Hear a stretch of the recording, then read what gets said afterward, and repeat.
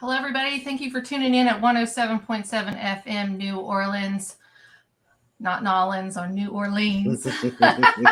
You're listening to What the Frick Live. I'm your host, Emily Menshouse, and I have Mr. Will Martinez from Dark Fringe Radio. Hey. Hey, what's up? How you doing? How's it going, sister? Doing good. This is our first show for July. I know. It feels like forever. Took a break. But took a break. Happy Independence Day. Yes, happy Independence Day, and a lot of stuff in the news, a lot of crazy stuff going on, but it's all creepy, it's all weird. I don't know what's up. I don't know. We got reptilians on airplanes. Yeah, we got reptilians in airplanes. We have submarines exploding underwater. Yeah. What else can you say? Well, I got a lot more, but we got some snow at the White House. Oh, yeah, cocaine at the White House. Just left it there. Somebody just leave it there. Yeah, misplaced. Real quick, Will has a show called Dark Fringe Radio. You can look him up at darkfringeradio.com or follow on Facebook, Dark Fringe Radio. Will, can you tell us a little bit about what's going on over there? We just took a break ourselves. We're actually getting back into the swing of things. So next week we'll have a new episode for everybody. But go check us out, darkfringeradio.com. Our latest episode featured Miss Lynn Monet. She is an author and an empath, and very cool that we found some nuances and similarities to our background. She actually lived for a very long period of time in the town that I live in currently. So it all worked out. I remember you talking about her previously. Yeah. I need to go listen to that. So thank you everybody for tuning in. We are starting a little bit late tonight, but that's how it goes sometimes when you do live shows. So we are streaming live on Facebook, YouTube, Twitter, Rumble, LinkedIn. I think I got them all. Everywhere. But if you're watching via StreamYard or via Facebook, we're using StreamYard, go to StreamYard.com/Facebook because you have to give StreamYard permission to use your name and image, which I think is ridiculous. But we love a lot of comments in the comment section. The more you comment, the more it stays in the algorithm and goes down the news feeds. Give us hearts too, because if you heart us, we love you back, but that also keeps us in the algorithm. So thank you everybody for tuning in. We are going to be talking to somebody that's been on the show. You know what? I've been having a lot of 3-parters now. After I said you're my first 3-part show I've ever had, after that, it's just gone 3 parts. That means we need another hour or something. Yeah, like I've always said, and we've talked about this, behind the scenes, that an hour is just sometimes not enough. You know what I mean? Especially with these guests that we talk to that have a lot of things to talk about. So yeah, it's sometimes we kind of underserve ourselves with the hour. Hear that, 107.7? It's time to bump somebody. No, I'm just kidding. Don't bump anybody. But this is a 3-part show. We're going to be talking about is angels this evening. I'm sure we'll bring in a little bit of demons, but it's mostly angels. Hardly anybody ever talks about angels, which if you believe in demons, I almost think that you would have to believe in angels as well. But we got Carl L. Johnson has been investigating reports of strange phenomena for the past 50 years. He has gone back and worked with Ed and Lorraine Warren. He's a member of the Parapsychological Oh my gosh, how do you say that? I'm just going to say R.I.R.O. research team based on Rhode Island College in Providence. Listen, I'm Appalachia. Don't put them in words. Too many consonants and vowels together. Say that 3 times fast. Carl's an identical twin, too, so that's awesome. His brother's name's Keith. He has been featured on Ghost Hunters, The Haunted, the A&E Network, The Haunted on Animal Planet, Finding Bigfoot. He's also, Mike Ricksecker was our last guest that we interviewed a couple weeks ago. He was featured in his series, The Shadow Dimension. So let's bring Carl L. Johnson onto the show right now. Carl, welcome to the show. Hello there. Good to see you again, Emily and Will. Hello, my friends. It's been a couple of months now. Yes, it has. I know. It goes by so fast. It's been since the beginning of spring since we talked, I mean, as far as being on air and all that. Did you miss I think it was just at the threshold of spring that I was on. I just so we had to go through spring, and now that we're in the oppressive summer, I come back to you. I know that. Well, he didn't answer my question yet, so. Carl, she asked if you missed her. Did you miss us? Did you miss? Isn't it obvious? I wore cologne for you. Can't you tell? I wore my special cologne. I wore my special cologne for you, Emily. The gentleman right there. Emily, I do miss you. Oh, let's put it this way. I try not to get in touch with you too often because Carl, that's nice. You're gonna make me well, blush. I don't know. It sounds sappy and it sounds superfluous because nice. because I'll get too used to calling you, and then I try to discipline myself. You get your 11 o'clock call. It's like, Emily, are you up? Of course you are. If you answer Probably, the phone. yeah, because I have chronic insomnia. But, you'd be good to talk to. 11 o'clock is better than 3 o'clock, 4 o'clock in the morning. Because I got PSA post I post on my Facebook, but we'll talk about that some other time. Yeah, I say I try. I miss Will too because you're a good. Yeah, I was like, I'm doting on Emily here. Will, the times I've thought of you and jotted your name and then there you go. Dialed 3 numbers in and then hung up. I just didn't follow through on it. You're like indispensable now. You're interchange with each other. I just see you as a team. Yeah, thank you. I'd like to be on more often. Will, I love Will like a brother. No joke. She's like a sister to me. So, that woman right there. Yeah. I'll protect her if I have to. Woo! Absolutely. There we go. So thank you, Will. Oh, you're all gonna make me teary-eyed. Yeah, Will's my angel. Yes, angel. So always got your back. So speaking of angels, because that's what I want to talk about this evening. Because Carl, do you do a lot of interviews? Do people ask you a lot of questions about angels over the years? Or do they mostly stick with the dark side of things? They usually go right to the darkness, right to the, some people will touch on angels, but it's usually as an afterthought. They start out asking the questions about diabolical influences.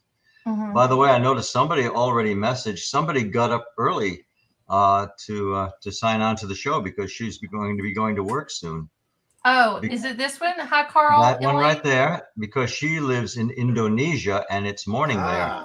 It is. They're opposite schedule than us. 6 in the morning there. Yes. About 6:15 in the morning there. And she That's has a early right there. She teaches piano. And that is Joan Sardi. And she's a faithful listener. She listens to your show. Well, she listens to me, but she's very interested in angels too, because she writes about angels. She has had encounters with angels, and I know several people who claim to have had personal encounters with angels. Have you? I hear a lot more about people who have run into demons, but every once in a while you get a testimony about somebody who seems to have encountered an angelic being, a celestial influence. Have you ever encountered one, Carl? Not that I know of. I might have not even known it. People who somehow help. I had somebody very close to me.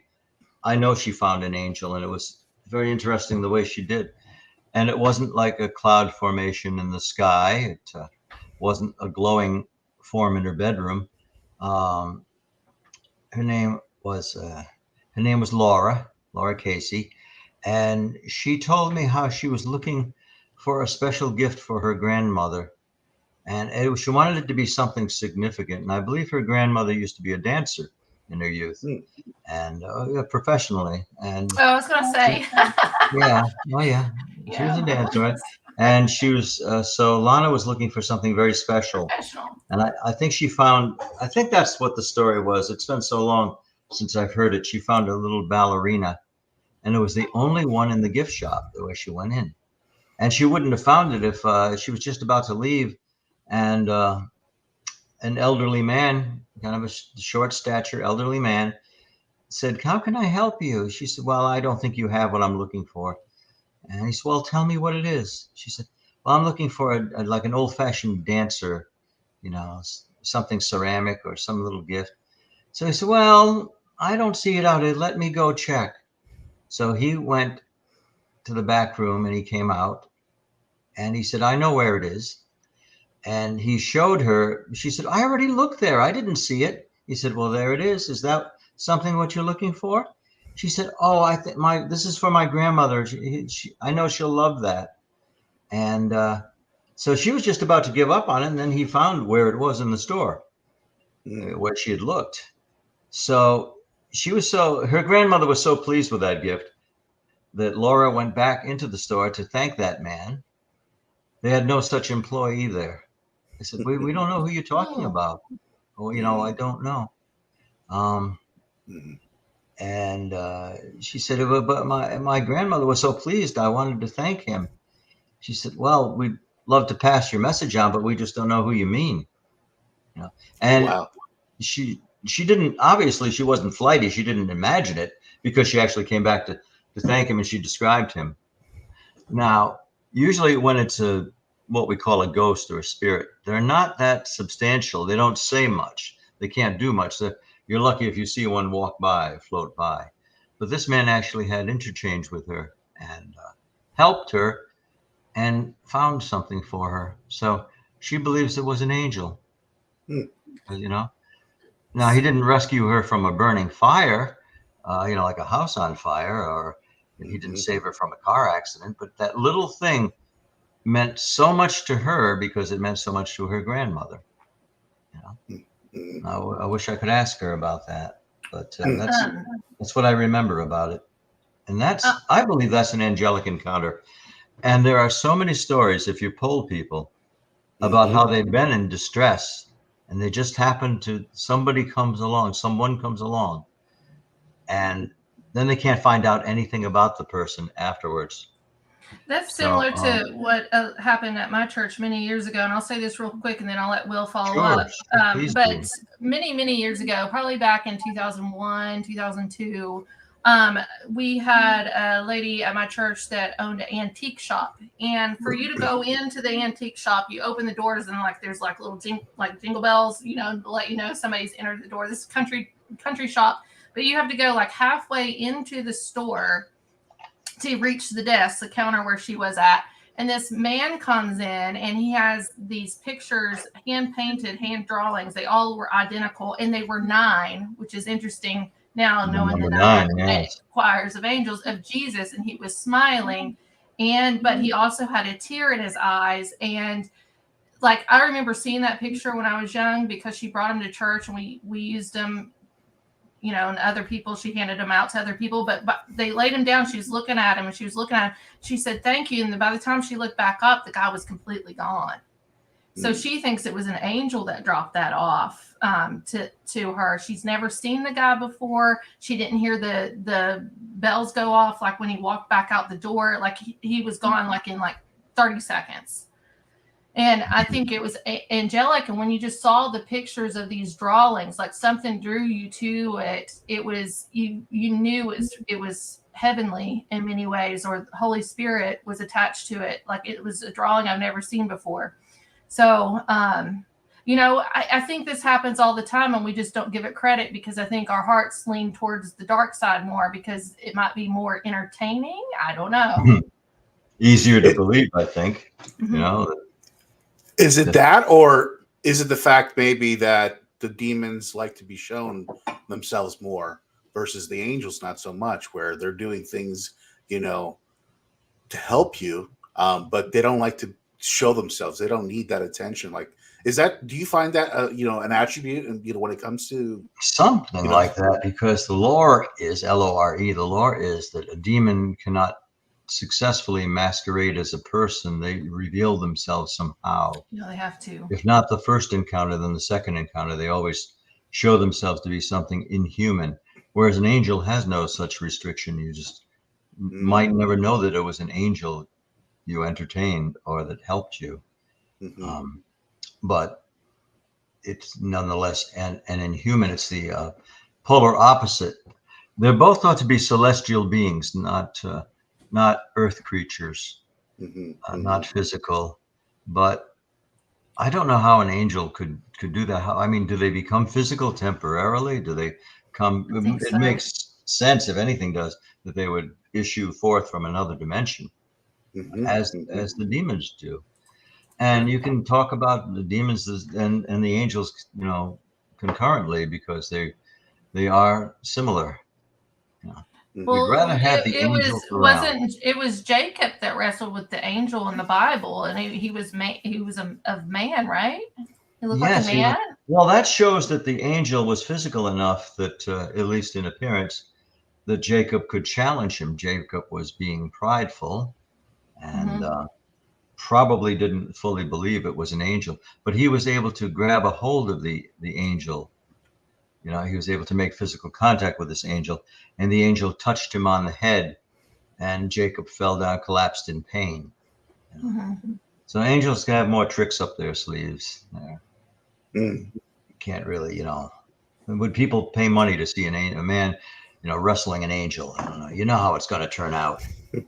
So can we say that angels can manifest as men, but demons have to encompass a man's spirit to manifest in a man? Well, it depends on if you're talking about like actual a myth or something more like speculation or what it could be. Can you be possessed by an angel? You can't be possessed by an angel. So does these, in my opinion, I don't know, you might know more, Carl, but it seems like an angel can represent himself and actually look like a solid man, but the demon would have to manifest itself in a human body.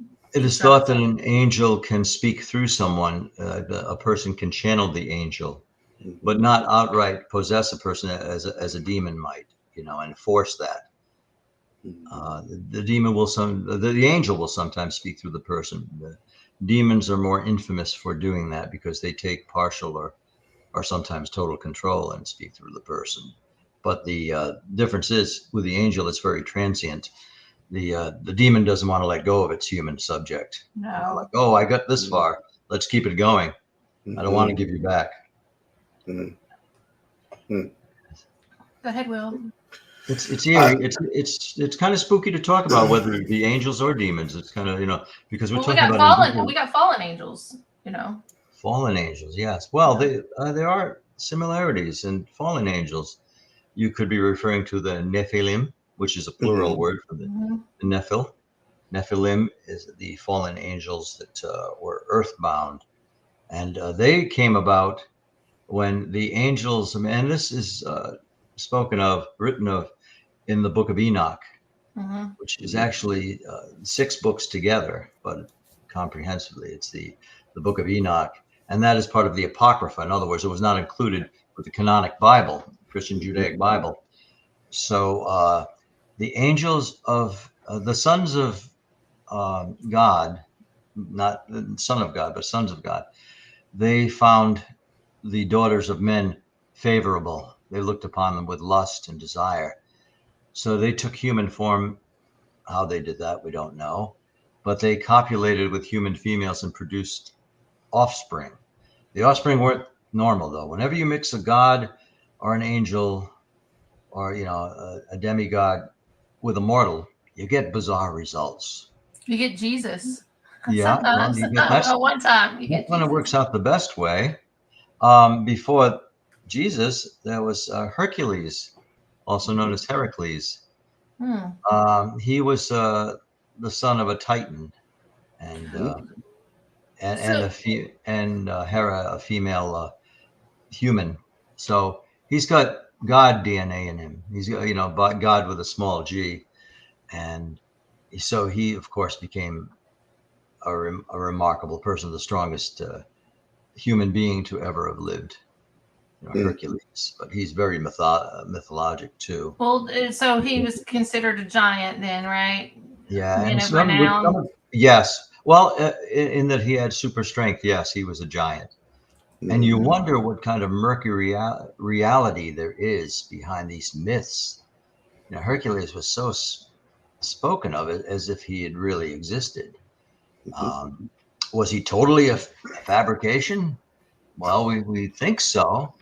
But just maybe there's a little reality behind that. Maybe there was I think everything was massive back then. Like even the trees, like in the Bible talks about, I go from biblical point of view because that's my background in college. I went to Bible college, but the trees, certain trees reach the heavens, the heavenlies. So these plateaus or something that we see in a lot of videos and everything, they actually scientists have gone in and said it's petrified wood in many aspects. And like the tree of knowledge in the Garden of Eden, like extended to the heavens, like everybody said that they could see the tree. So I think everything was huge and we've just shrunk over time. Well, we get into the reality of the dinosaurs. Okay. Some of them were titanic, huge. And yet there were chicken-sized dinosaurs too. At that time, the Cretaceous, Triassic eras, there was a higher oxygen content in the earth, it's known. Gravity may have been a little different, but certainly the air was different. Like if one of we puny mortals was transported back 70 million years, 100 million years, we'd have a tough time of it. We would want some kind of breathing apparatus. We would survive, at least for a while, until something gobbled us up. But it would be tough to breathe because you'd be like almost as if you were at a different level, like mountain climbing. But the oxygen, was stronger. There was less nitrogen and more oxygen. So that may have led to these sizable creatures. We always think of dinosaurs as being big. Yeah, we don't see big land animals, not quite like that anymore. We've got the elephants, and that's as big as it gets. We're gonna dump Carl out in the sea. In the ocean. That's where they're all at, way out in the deep. And we think of the age of giants and gigantic creatures. The largest animal to ever live is living now, and that's the blue whale. The blue whale. Yeah. Unless there's something we find, they're also, the blue whale can reach like 100 and 120 feet in length. Right. But there was a dinosaur called Diplodocus that could get to be 90 to 100 feet long. So it's about the same size. And they were land animals. Oh, would you love to go back there and just see these things? I don't know. No wonder they were called cavemen, because I would be deep in a cave where they can't find me. That would be safer, yes. Yeah, like I get stayed away. No, it'd be fun to do as long as you could get back. If you could come back here and tell about it. Wouldn't matter if anybody believed you or not. If you could just come back. It's thought that some people have time slippages and they just find themselves transported, not in the future, but to the future, but they go back in time. They hit a dimensional rift and they go back, and that's got to be rough for them. We don't see them again. No. But sometimes people just disappear. There are some people who have gone back temporarily to the Middle Ages, and they've told them to tell about it, but only for a few seconds. But suppose somebody gets trapped there and goes back.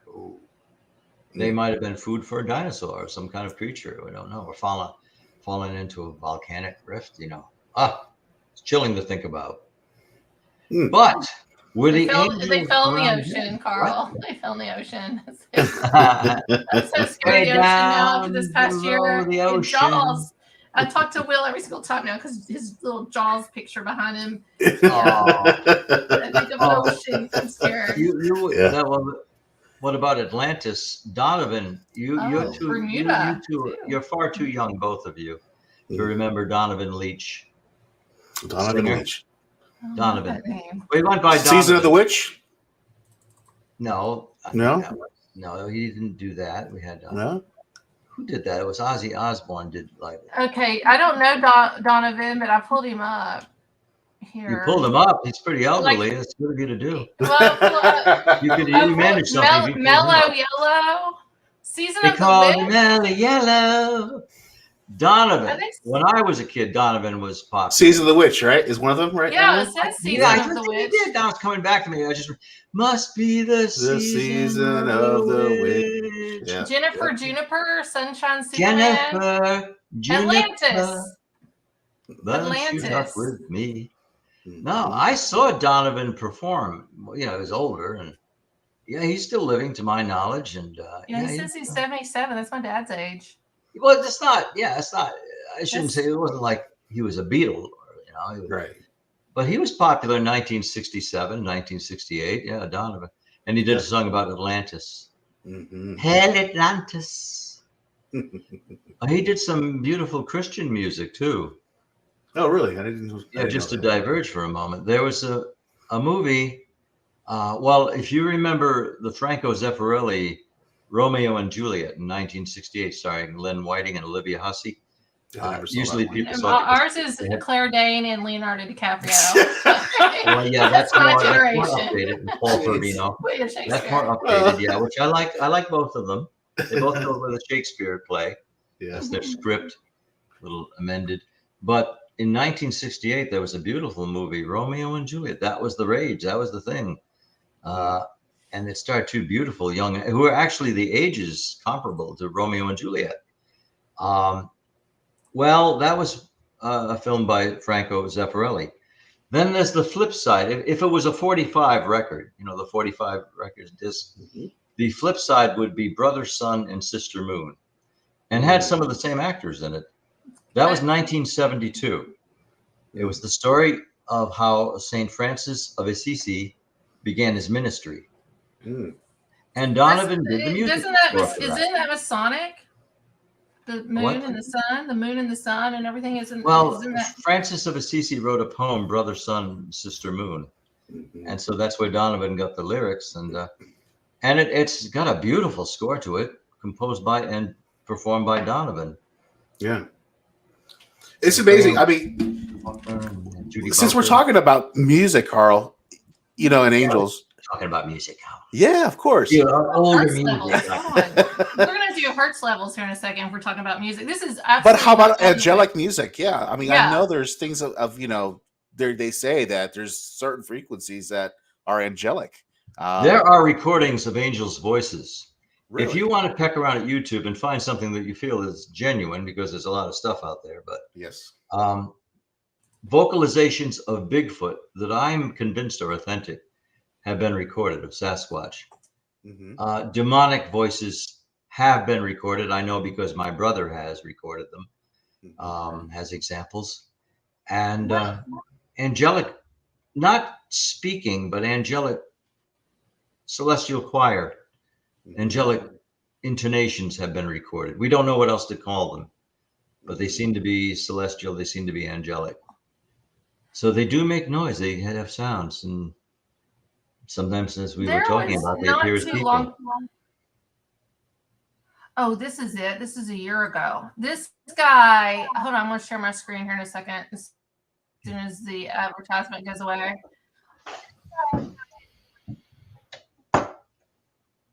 Of this song.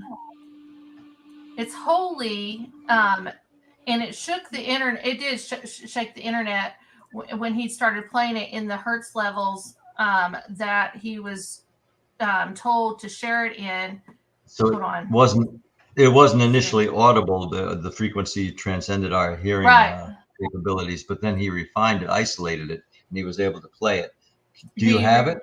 I don't know if you can play it. Yeah. So let's listen to some of this. Yeah, I'm sharing it I'm adding it to the stream right now. Hopefully it'll play. Thank you. There we go. You see it? Yes. Okay, here we go.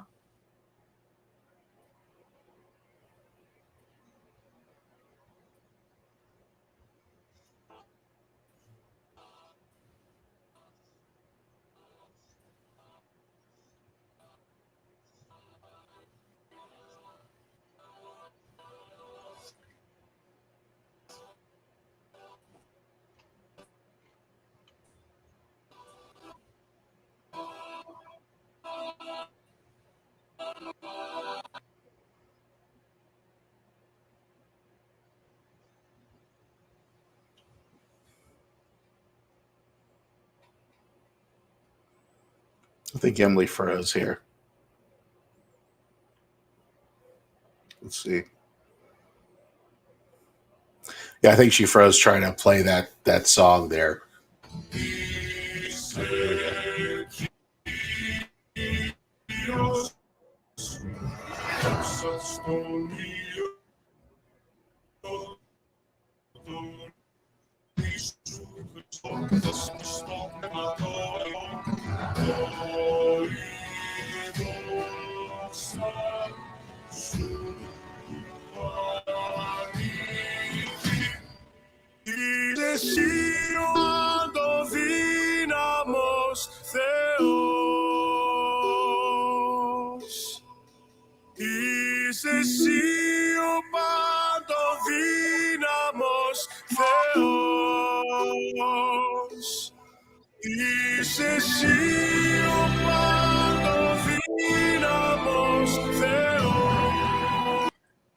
I keep freezing up, so I don't know how much you all heard of that. We heard. You don't hear much of that because I kept freezing up, and it goes. Then it goes into later on in the song. Everybody go look that up on YouTube. The song that shook the internet about the heavenlies. In the chorus of it. It goes up in the hertz levels of what he heard in the vision or dream he had. And the guy that's in that video that was singing, if you even saw that, that's the person that had the dream and the vision of what happened. So yeah, that was him. So, and I remember listening to the first time, and I was like, okay, it kind of sounds like a normal song that I hear at church or something if I spoke a different language. And then it just, I don't know, halfway through it, something hit me. I start crying and everything. So there's something behind that. It's very emotional. It's provoking. Yeah, I could feel that. I could listen to that. I could choke up listening to that. It sounded as if he was singing. Some of the words were in Greek or Greek-like. But maybe Arabic? Do you think? I don't know. It had that quality of like speaking in tongues, which when someone does it well, it sounds like a mixture of Aramaic and Hebraic. I know somebody. I speak in tongues, by the way. I have a testimony to talk to y'all about it someday, not tonight, but because it would be the whole conversation. Yes. Oh, it's a whole conversation and everything. Happened to me July 27th of 1997. So it's coming up on the anniversary of what's happening. Hold on. Leviathan, Doug said Leviathan. Ajing, I hope I say your name right. Some people who died will become angels, while with what I experienced between angel and demon is different. What do you think? If that question is directed to me, I don't know. I just don't know. I mean, I can guess. I've been taught that angels and human spirits are two different things altogether. That, a person will not become an angel. They may be a ghost, or they may be a beneficent person, or maybe they'll have some work to do in the next life. But you wouldn't really confuse an angel with a human spirit, a deceased human being. It's a good concept, though. Do you remember Heaven? What was that? Touched by an Angel with Michael Landon. Oh, yeah. Mm-hmm. That had a beautiful theme to it. There's something. Yeah, there's something strange about that show. Besides it was beautiful. Michael Landon. Died of he had a cancer, and he died. I believe it was pancreatic, and not too long after that, Victor French died. He was his co-star in that, and they were best friends in real life.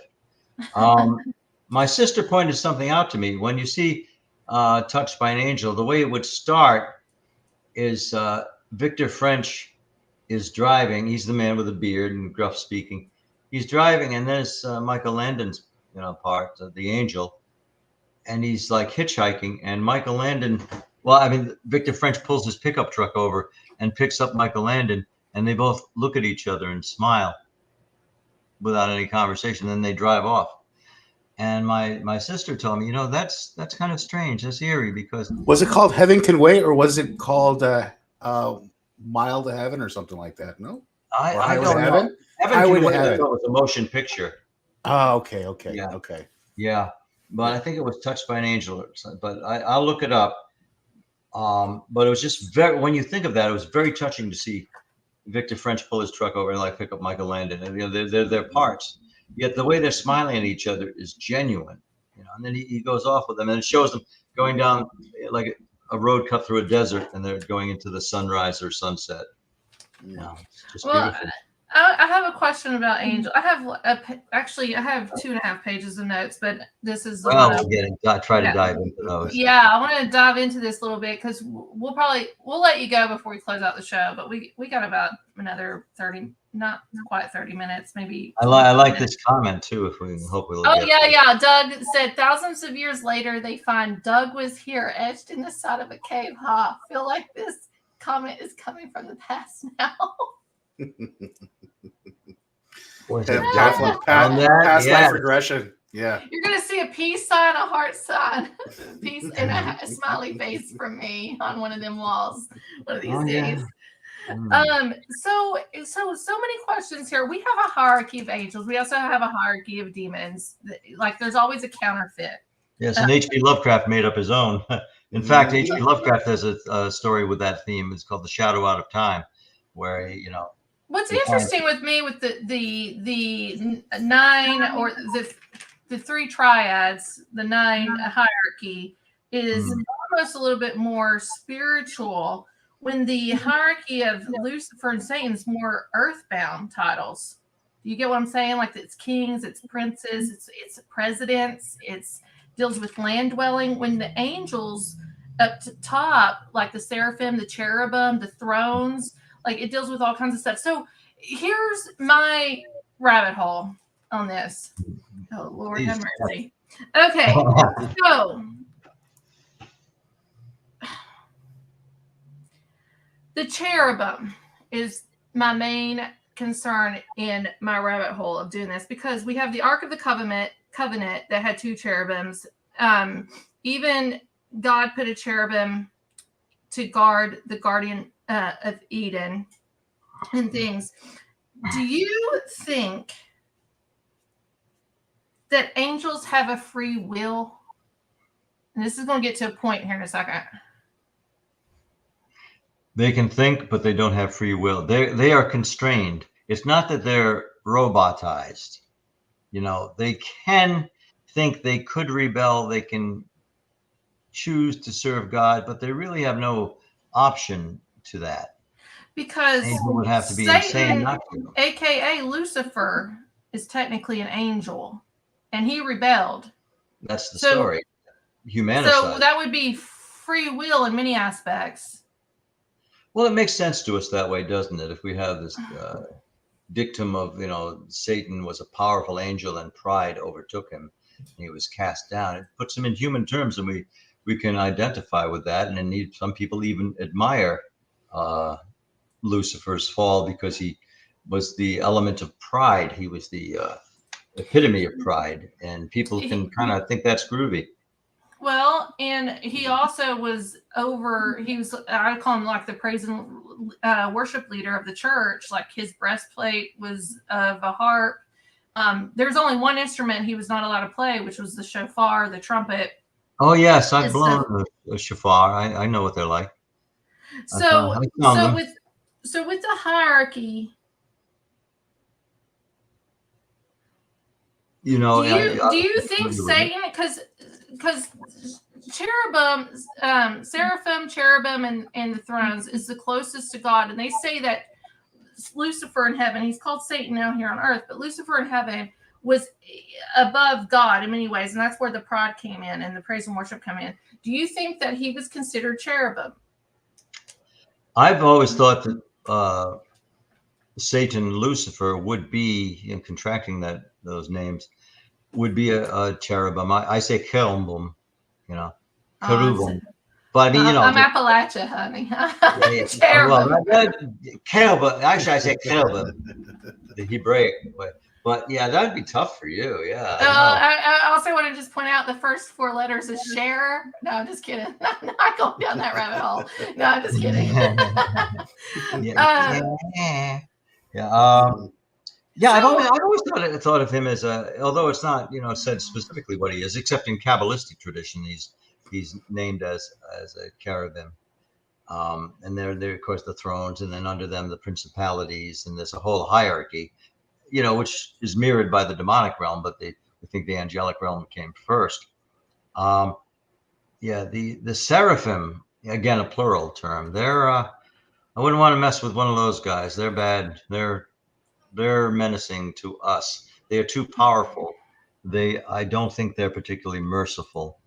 They're described as being there. What I'm interested in with the cherubim, because, you know, even the Ark of the Covenant, it had 2 cherubims. The cherubim was over the Garden of Eden. But in Ezekiel, because I study a lot in Ezekiel, Daniel, and Revelations, like Ezekiel ordered to command the king, which is the king of Tyrus, be kicked off his throne. And Ezekiel mentions that he was in the Garden of Eden. Well, in the hierarchy of demonology, there's kings, there's Baal and Belial, and it's also said that Satan rules the kings.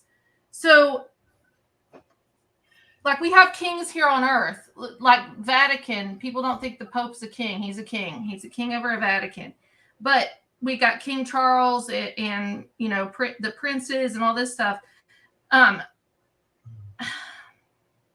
Do you think that our current administrations, through even presidents of the United States, the kings, the hierarchy that are here, government, political platforms, are actually orchestrated and is the hierarchy of the demonic side, and then we got to look at the spiritual side and angels and fight it spiritually? Does that make sense when I say that? I think it makes it easier for us to understand if we think in terms of a hierarchy. You know, like there's got to be some organization to this other world, the celestial realm. And if we think of them as princes and principalities, and, you know, they can be demoted, they can be dethroned. It makes them more palpable, and it makes them easier, you know, to comprehend for us and our limited understanding. I'm not a literalist when it comes to that. And again, we don't know, but I think it makes it easier to absorb.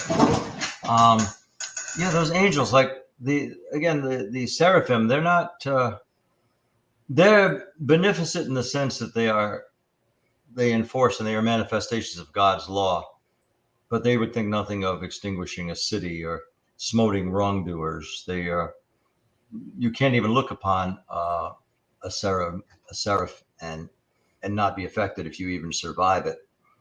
They're not human.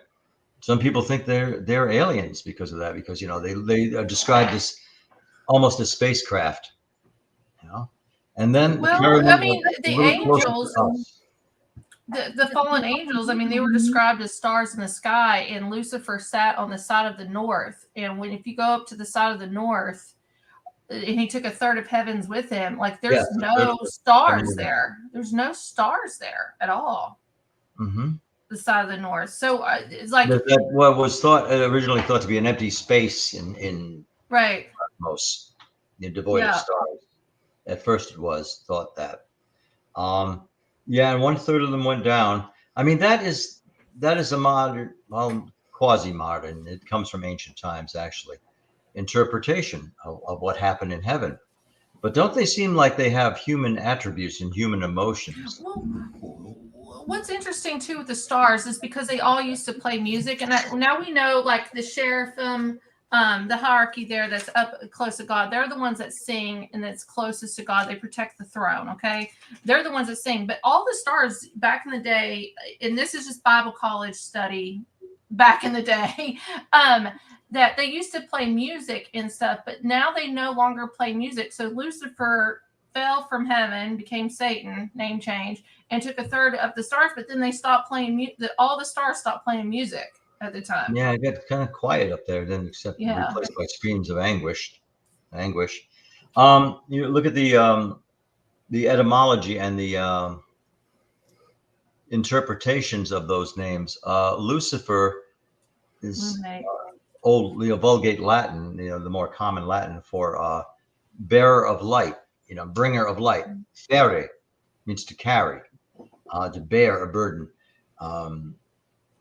And Lucia is light, so the bearer of the light. He brings in the light. He's the illuminator, and that's why in the Age of Enlightenment, which you could round up saying that's the 1600s and the 1700s, a lot of people, a lot of these intellects, they favored Lucifer as a motif because he's the one who brings the torch of enlightenment, whereas Satan is a term. It became a proper name, but when the Bible was the books were being written and then eventually put together, Satan was known as the lowercase ha-satan, a spirit that reports delinquencies of human beings, and there were more than one of those. And then eventually he became Satan with a capital S, and that means adversary or opposite or accuser. Not just the embodiment of wickedness, but somebody who points out, this great, human populace, God's great creation is kind of messing up here. And I'm going to report that. I'm going to see how fragile they are. So that's what you get. So that's why a lot of people don't want to say the name Satan. It gives me the willies. But Lucifer, I don't know, something cool about it. Because it was bandied about in the Middle Ages and the Renaissance, Middle Ages leading up to the Renaissance. People would not the general educated people, they would not want to say Satan because that was, that was too heavy a term. But Lucifer, I don't know, they were more cool with that. But we're talking about, in this context, we're speaking of the same being. And Emily reminds me of somebody. Oh, Lucifer, thanks a lot, Carl. Lucifer, illuminate. Here, let me turn all my lights on. I know somebody who she's an accredited theologian. She has a degree in theology. I have a minor. So yeah. I think that was. Did she major in psychology or theology? I think she majored in theology, so she was really going for it. She could have become a minister. What would make if we had 3 hours to talk about this, right? Maybe we will sometime. And I would like to invite on Keith Johnson, my brother. Yes. You want to spew out angel knowledge? He's just got it. There's an encyclopedia in his mind. And Lana J. Brock, my co-author for Realms Demonology Handbook. She's the accredited theologian. Get the three of us together. Well, of course. Maybe we should have a special. We can have a special. 5 of us. A round table. Absolutely. The thing is, when you get somebody who is knowledgeable, they say, "Oh, I'm not an expert," but then they talk like an expert. And once you uncork them, it's hard to close. Oh, Shadow Realms Demonology Handbook by Carl L. Johnson and Lana J. Brock. It would be hard to stop Lana from talking. She'll have her say, but she's making points. She's not just rambling. My brother, he'll want to get all that knowledge out. That's why I say 3 hours. Oh, hello, my friends. Hello. Yeah, Anthony, say hello. The legend, myth, the man. I love to hear that. 3 in 1, huh? Yes. Yes. But I would have my say. I mean, I can elucidate for a time, but if you had the 3 of us on as your guests and you contributing, of course, Emily, boy, we'd cover some ground. I don't know but you'd know about a lot about the origin of angels at the end of our audience would. Question for Carl. Enoch mentions Satan is clan. I think what he was referring to then was that he was he was created of God. He was, in a sense, a manifestation of God. He was God's family. They were all cousins. That's what I think he's referring to. He's an isolated clan, but he is a division of God. God created Satan, although he wasn't called Satan then. We don't know what all of us. Yeah, well, it's nomenclature. We love to attach names to things for clarity's sake. But the devil may have had what became the devil may have had a whole different name, angelic name that we did not know. Now, if it's an angel, it should end with the suffix L, which means of God. There was Azazel. L, are you talking about E-L? E-L, yes. There might have been just an L originally, but it's pronounced E-L. And Azazel. Or A-L? E-L in this case. Azazel angels. Equated with Satan. Perhaps he was, Satan in another manifestation. Azazel is a very interesting deity because he came to Earth to instruct men and help them along in their development. And then we get in, you start thinking of ancient aliens, and you make comparisons there. Well, we're going to be talking about angels and aliens next week. Yeah, something strange was going on. If you could transport back into 6,000 years ago, say 5, let's say 5, let's be modest, say 5,000 years ago. I think it would be pretty darn boring and you wouldn't have any conveniences and you were just looking for water. But if you kept looking in the skies 5,500 years ago, I think eventually you'd see craft. Every once in a while you'd see something whizzing overhead. Millennia before there were aircraft. Meteor? Could it be meteor, star, or shooting star? I think these are angels, and when I see fallen angels, fallen stars, I think of meteors, shooting stars. There's also paintings that are taken from the Middle Ages that have pictures of angels and also a UFO in the background. Oh yeah. In fact, usually those are pictures with angels in them. Right. Depicting angels. Yeah. And you look and you say, oh, well, somebody's reading that into it. Of course, they're going to say it's a spacecraft. And then you look more, and then you take your magnifying glass and say, right. Oh, that's a UFO in the painting. Right. You know? It's impossible to just ignore that. And of course, shows like Ancient Aliens, they eat that up and they use that. Of course. What could it possibly be? Well, we used to hear that in Leonard Nimoy in Search of.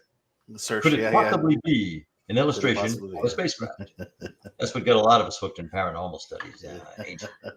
Well, Carl, I'm going to have Will ask you one last question, then we're going to let you go, and then we'll close out the show. I don't want you to let me go. I know. We're going to have to do a Emily, you have, I don't know if you watch yourself, but you have the most expressive eyes. Oh, Lord have mercy. You see the way she has big eyes. Yeah. Well, she talks with her eyes. You know what? It's called thyroid disease. No, Graves' disease that makes you, But it's not that bad. I have a mild case of it, but there's times it acts up. I have lid lag is what they call it, where my eyes get big at times when I'm moving up and down, and it looks like I call them crazy eyes off of like. I'll tell you. Black? Marilyn Monroe had the same issue. She had the same thing with her. Yeah. So you're in good company there. My grandmother, all the years growing up, my grandmother on my mother's side was like, I wish I had my granddaughter's eyes because I do have big brown eyes. My brother doesn't have those, but I do, and I appreciate that. But it's very expressive. Will has some awesome brown eyes too. Will has very pretty brown eyes, but Will is using them the way you are. He's. Oh, I'm sorry. No, you are she is very expressive with her eyes. Yeah, thyroid. Right. It's thyroid. Okay, Will, we'll ask a last question, and we'll let you go, and then we'll close out the show. I'm gonna do a fun question. Let's do this. Sure. And on a grim topic so far. Yeah, absolutely. Grim. Yeah. Out of all the movies that have come out, what do you find to be the closest thing that would be the depiction of what we're dealing with when it comes to angels and demons on this earth? Noah, the movie with Anthony Hopkins and who am I thinking of? Who's that very, very popular actor? He's in the. I'm gonna pull it up. Yeah, he's in the Pope's Exorcist. Emma Watson's in it. Russell Crowe. Russell Crowe. Yeah, I was thinking Russell, but I couldn't think of the last name. I knew it was monosyllabic. Russell Crowe. I think that's that comes pretty close to what they really are. Yeah, because they're vaguely, what reasons why? Because they're glowing, but not. They don't look like people. But the Nephilim are also represented, and they are they look like animated trees and rock. They look like they're created from the earth. Oh, that's the wrong. Hold on, I'm sharing the wrong. I was sharing you and your partner here. Hold on. I got to share Noah, and then I'm going to share your partner because that's the last question I'm going to ask you. And hold on. Oh, not ever. Noah. Here we go. Noah. Do y'all see it yet? Not yet. Yes, now I do. That's it. There yes. Russell Crowe. That's a different interpretation. Jennifer Connelly's in it too. Oh, the rating's only 2.5. That's why. Yeah, we all need to go watch it. Maybe we should have a movie. Remember party? Back in the day? Watch party. Watch party. Yeah. You have to go a watch party. A watch party would be nice. Anthony Hopkins he plays Methuselah, the oldest man ever. Yeah, we should do a watch party. That'd be fun. Then it would just be so good. Flood each other's houses after. Yeah, let's do a watch party for Noah. And then we'll have a big, huge thing with everything. And real quick, you do have somebody that helps you in your investigations and stuff, and people can contact you. I have your websites up here. Okay, Carl, if you don't mind, tell people where No, I'm glad we have a minute for that. My organization is Panorama Paranormal. Can you say that fast? Panorama? No, I can't. Panorama Paranormal, and that is it's two of us, myself and that is Elise Giammarco Carlson, who's a very, very she's a pragmatist. She is a student of parapsychology. She doesn't deign to call herself a parapsychologist, but she's a student of parapsychology. She's studying at the J.B. Rhine Center based in North Carolina. That's actually where it comes out of. And she's in her 4th semester now, and then she'll eventually receive a certificate. And yes, Lana Jan Brock is the other half of Panorama Paranormal. We work with other people, associates, but we keep the group to just us. It's makes discussions easier. Well, Carl, we're gonna have to get a Panorama group together and talk about all this angel stuff. We can talk about this forever because we haven't even touched on any of the hierarchy, the different triads of angels and the comparison to demons. Like, this could be a series almost. Yeah, my brother gives an entire lecture on that, as a matter of fact. I didn't want to get too much into it because that would be the whole show, and he's more knowledgeable about it than he has the knowledge readily. So yeah, well, we can plan. This can be the beginning. This can be the smolder, and then we'll have the campfire, or the bonfire. There you go. Yeah. Like that. I mean, now I'm all wound up. Now I'm enthusiastic about this. Spooky season's coming up, so we could do. Yeah. So Halloween Angel Show would be just fine. Yeah. There you go. Yes, so. If you could ever go to 2 hours, and bring Will, because he's a good moderator. Yeah, Will's going to be a part of it. Thank you, Carl. He's the balancing factor. Thank you, Carl. Carl, I appreciate you very much. This is the 3rd time of you coming on the show. We appreciate you. Thank you. And we enjoy you and all the hard work you've done over the years. We're going to let you go. I have your websites and stuff. Everybody, please look up Carl L. Johnson and his book on Amazon. You can find it there. Just type in his name, Carl L. Johnson. You'll find it. I'm not that hard to find. Okay. No. Thank you. Goodbye, Mike. Thank you, Carl. For having me on. We'll see you next time. All right. Thank you. Bye. There we go, Mr. Carl L. Johnson for the 3rd time. Hold on, I got something for that. The sound effect. Let's hear it. No. Did you hear it? No, we didn't hear it. No. Hold on. Nope. No. Nope. Oh, I turned my monitor up really loud. I'm so sorry, folks. I am so sorry. That was my monitor. Yeah, but we didn't even touch. There's a lot of stuff that we didn't. I know you did 2 pages of notes over there. I had 2.5 pages.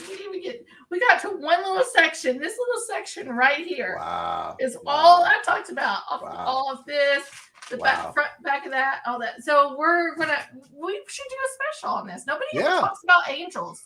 No, at all. But we're going to be talking about angels next week. There we go. With my dear friends, Dave Emmons is coming on. He's written several books, but angels and aliens. He's had so many so many experiences with aliens, but he also thinks that they're angelic in nature. So we're going to have Dave Emmons on next week. Thank you, everybody, for tuning in. Sorry for us going late. Thank you, 107.7 FM New Orleans. We love you all. Please share this out. If you're listening, share this out to your pages. Share it. It helps our guests. It helps our show. It helps our network. Everything else. We love you all. We will see you next Friday at 7 p.m. Eastern Standard Time with Dave Emmons. Angels and Aliens. Thank you, everybody.